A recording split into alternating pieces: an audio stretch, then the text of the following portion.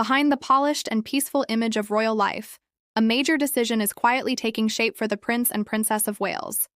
It's a choice that could influence the early journey of the future king.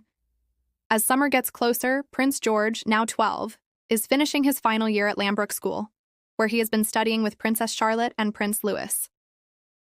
With secondary school starting in September, many people are wondering where he will go next. For months, royal watchers have assumed the answer was simple. Eton College, the famous school Prince William attended, seems like the natural option. It's close to the family's home in Windsor and has a long history of educating British leaders.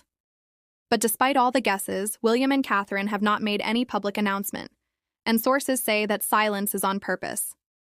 If you're enjoying this video, make sure you subscribe because you're doing the right thing so you won't miss any update from this channel. Now, it seems the obvious choice may not be the final one.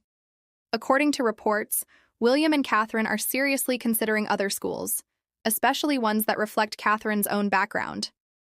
One strong possibility is Marlborough College, where Catherine studied. Unlike Eton, Marlborough is co-educational, meaning boys and girls attend together. That could allow George to stay in the same school environment as Charlotte and Louis in the future, something that reportedly matters a lot to their parents. Family unity has always been important to William and Catherine, even if they rarely talk about it publicly. Insiders say conversations have moved beyond simple ideas. There are even claims that security plans are already being discussed at Marlborough in case George enrolls. Still, nothing has been officially decided.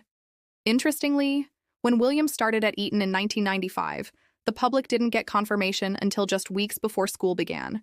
The same last-minute approach could happen again. Another factor is how elite education is viewed today.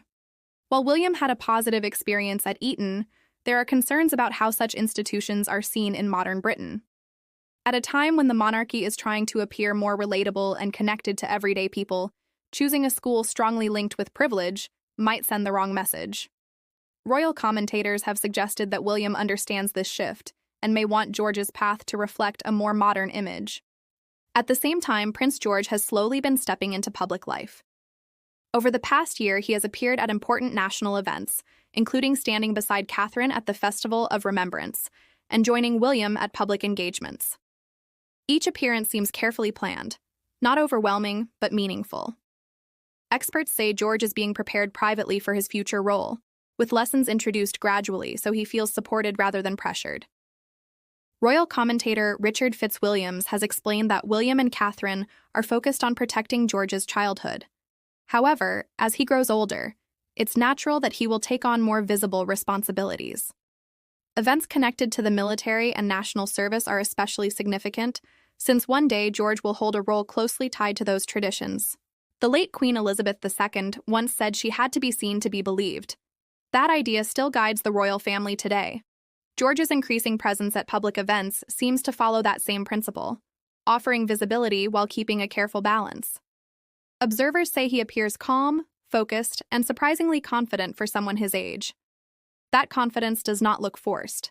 Instead, it seems to be built slowly and thoughtfully by his parents. Looking ahead to 2026 and beyond, many expect George's public role to grow in small, steady steps. Wherever he ends up going to school, this decision is about much more than academics. It reflects how William and Catherine want to shape the next generation of the monarchy, blending tradition with modern values, responsibility with normal childhood experiences. In my view, this moment shows how different William and Catherine's approach feels compared to past royal generations. They are not simply repeating history. Instead, they appear to be carefully designing a path that fits today's world. Choosing a school is not just about reputation. It's about environment, character, and message. The way they handle this decision may quietly define how people see Prince George long before he ever wears a crown. Beyond the school debate, there is a bigger picture unfolding. Prince George is not just choosing where to study.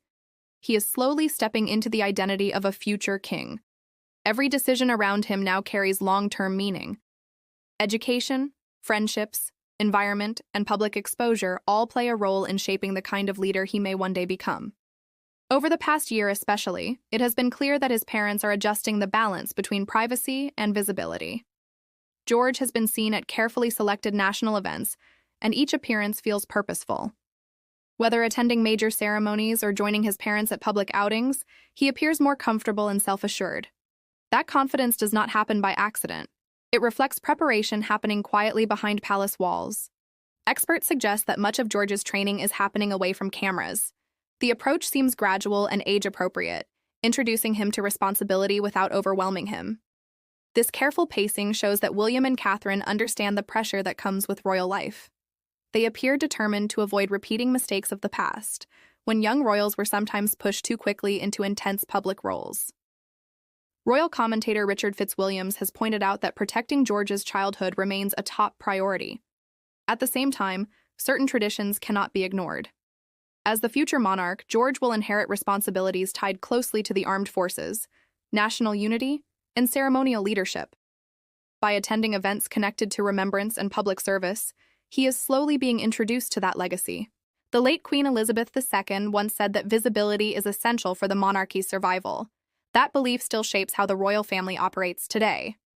George's gradual emergence reflects that same idea, showing him to the public, but in controlled and meaningful ways. Observers at recent events describe him as calm, attentive, and surprisingly mature. Rather than looking nervous, he seems quietly aware of the importance of the moments he is part of.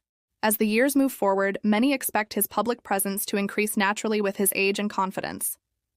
By 2026 and beyond, his role may become slightly more defined. However, the key word here is gradual. Nothing about his introduction to royal life appears rushed. In my opinion, this careful strategy says a lot about how the monarchy is evolving.